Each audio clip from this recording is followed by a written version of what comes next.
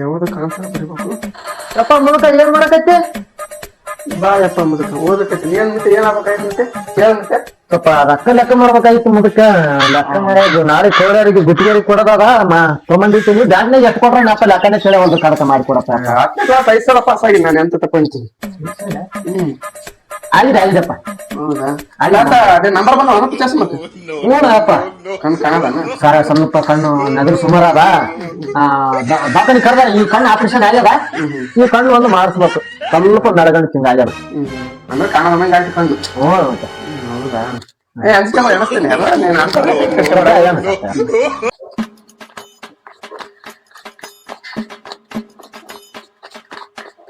ಕಾಕ. ಯಾರು ಮೋಸ ಮಾಡ್ತಾರ ಹುಷಾರಾಗಿಟ್ಟಗ. 1,05,000 ಅವ್ ನೋಡು.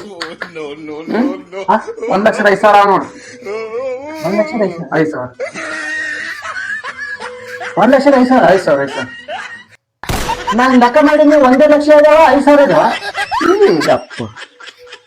ಅದಕ್ಕೆ 4 ಸತಿ ಪಾಸ್ ಆಗಿದೆಪ್ಪ 10ನೇ ಕ್ಲಾಸ್.